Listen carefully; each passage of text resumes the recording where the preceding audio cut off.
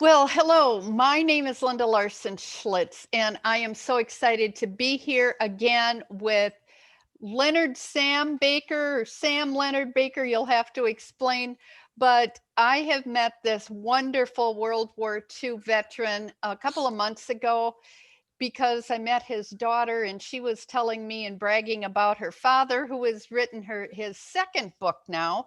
So I've been so excited to get involved, and now he's becoming a worldwide star. And a company called Canva, which anybody out there has probably heard of, is going to feature him. So I'm just so honored to be a part of this, Sam, and to start to kind of document your life, because I've had a lot of people who say, I've never met a World War II veteran. I'd like to know more about it, and how in the world you go from your whole career in the military to now writing children's book at 98. So welcome, Sam. Thank you for joining me today. And why don't you tell us about yourself and how your life started out and how you came to write these books? So Thank you, Linda. I appreciate all of this. mhm.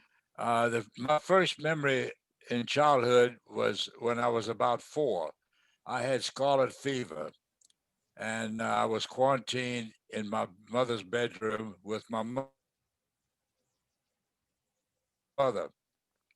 And I remember it being around Christmas time because my father used to bring me fireworks every day when he would come home and open the door and give them to my mother to give to me.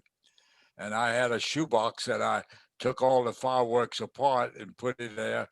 And I remember after Christmas, I had my own celebration on the front porch with Roman candles and fireworks and sparklers. It was a great time. Um, I survived without any adverse effect, but it took its toll in my little town. The little boy my same age living behind our house died, and another friend of mine developed heart rhythms. So I was lucky. My other memory is that Emma, the woman who took care of me during the day, because my mother had a merchandise store downtown that she left every morning early, and so I didn't get a chance to see her. I was home with Emma. When I was 5, I went to kindergarten, and I remember the first day Emma took me. I had to cross 2 streets, one Cuyahoga and one West Second Street. West Second was a busy street, so Emma walked me across the street. When I came home, she was waiting for me, and I crossed the street on my own. I remember telling Emma, I don't need you anymore. I'm a big boy. I can walk across the streets myself. The next memory was when I was in third grade, and we had multiplication flashcards, and I beat my father, who was very good at math. Uh, and I beat him on the multiplication tables, and I won the school championship for third grade. Wow. Uh, Other memories is that when I entered sixth grade, my mother took me to Mr. Kuhlman, who was a Dutch man who had come over and was in charge of our band. Uh, he was a wonderful, wonderful person. Um, and he tested me and he said, "You need your clarinet." And there was a used one for $6 my mother bought. Uh, in the meanwhile, when I was 8, the young man next door who was 6 years older, Tom Davis, he got a job of writing with the Commercial Appeal from Memphis, which was a bigger paper and made more money. And he gave me his local paper, which was the Clarksville Daily Register. I was 8 years old. I had 123 papers to deliver 6 days a week. The Wow. newspaper said I was too young to be a regular newspaper boy, so I would work for them, and they paid me $1.50 a week for the first year. And then I convinced them I could handle the route myself, and I started making more money because if they collected the money, I got 4 cents a week. If I collected, I got 6. So So I had a chance to make a little money, which I gave to my mother because things were bad. Um, my parents lost everything when the Depression came. My father lost his farm. My mother lost her store. They lost the house. First time I ever heard my mother cry was when the attorney told her that she no longer owned the house, and she says, "I'm not leaving." And they arranged to make a deal as to how she could buy it back right then that day. Wow. Uh, when I was 13, I almost 14, I heard about the scouts from a friend of mine a couple of doors down in our neighborhood. I liked scouting. I really did. I took to it. I joined right away. It was a Methodist church sponsored it. Troop number 4. Troop number 7 was sponsored by the um American Legion.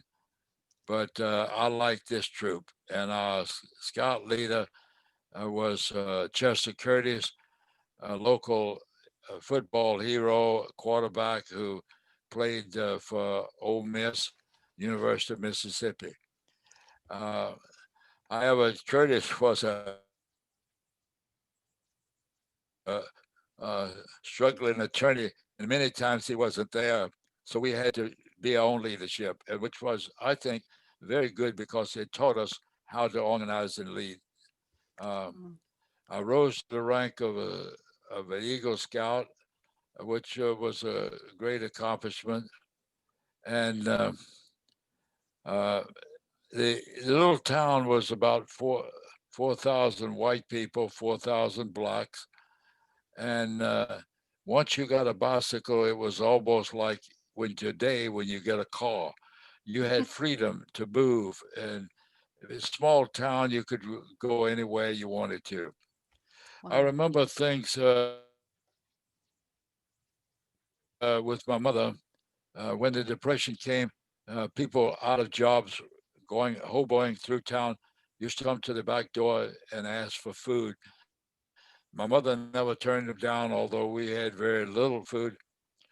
She always gave them something, but she just didn't give it to them. She made them feel as though they worked for it.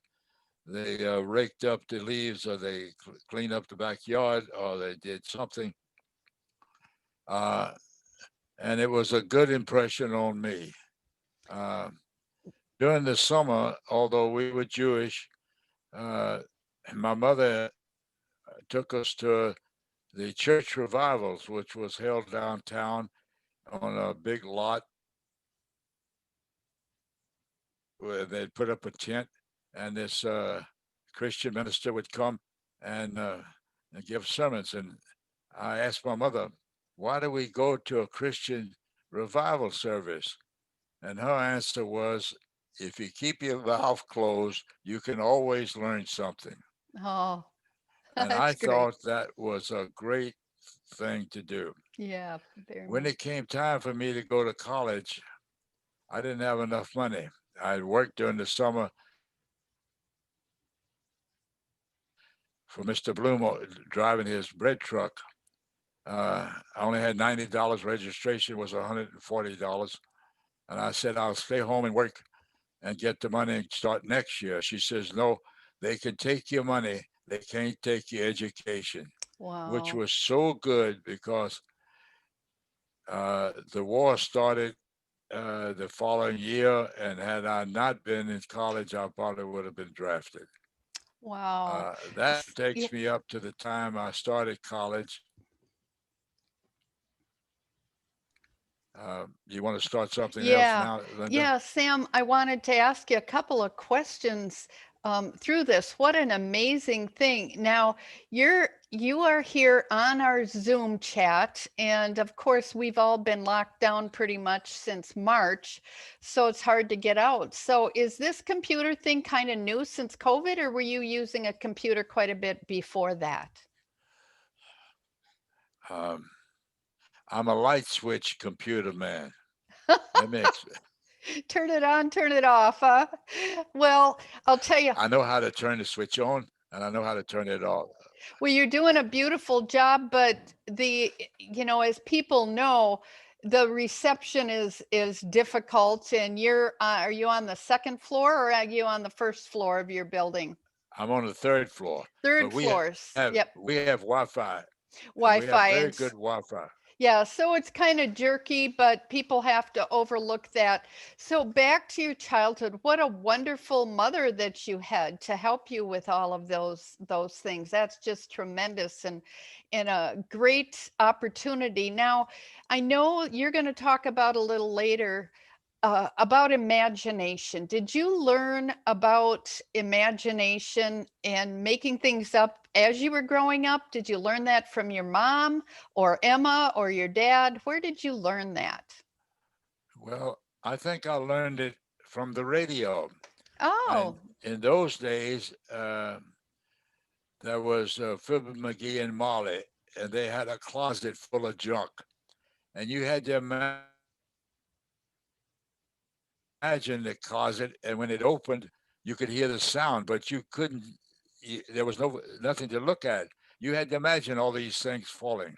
okay. Many programs on the radio, Jack Benny, you had to imagine the car going. They gave you sound effects from the horn and things like that, but you couldn't see anything. It was only when television came, it took your imagination away from you. But Right, Linda, if you're going to design something and you don't have an imagination, right. how do you imagine what it's going to look like? Exactly.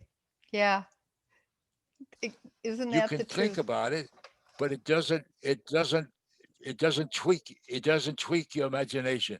Therefore, that's when I thought, if you write books or tell stories and make the children think of what it will be like, then you've done a great service to them. Exactly.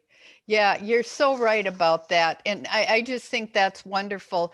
The other thing is, I don't think people realize that, um, as old as you are and how long ago that was, and with what we're going through right now in our country, I love how you have incorporated into your books the whole concept of equality and that there are no colors. Because, like you had said, Emma was as you called him in the day, a colored person, right? And you had half of that, but there wasn't always that acceptance, was there, of the African Americans? Not in my hometown. Uh, my father never used any bad language at all. I don't think I ever heard him curse. I never heard my mother curse. Um, my father never used the N word, and I don't remember ever hearing it very often. Um, I got Emma had a grandchild come and live with her when she was about 3, and Emma raised her right there, living in her place back. She had a house at the back of a lot. Um, we were treated. Everybody was treated equal. Right. Um, in the height of the depression, my father, we had at, right after dinner, my father used to come home late, and if he came home early, we had family discussions. And it must have been about 1933. And Dad called us all together, and he said, "We've got to save money. We just aren't making any money. Um, we had food, but not, and they had money that I brought in from the paper route, but that was about it. And he said, we got to save money. So we're going to have to let Mother Emma go." And my mother rarely spoke up, but she spoke up and she says, "Emma's not going." that Oh, was that was the end of that was the end of that. that was the end of the discussion. Well, I'm looking forward. We're going to talk more and to learn more about your life and about the influence that you've had throughout your life to bring that whole concept to light. And so Thank you for being on here today, Sam. We're going to pick up where we left off to talk about how you came to write your two books, The Silly Adventures of Petunia and Herman the Worm, and now your newest book, Oscar the Mouse. We'll talk more about that the next time. So thank you, Sam, and Thank you, stay Linda. tuned for the next show here that we'll have on. Thank you. You're Zoom welcome. is a wonderful, wonderful tool. It is. It is. Okay, thanks, Sam.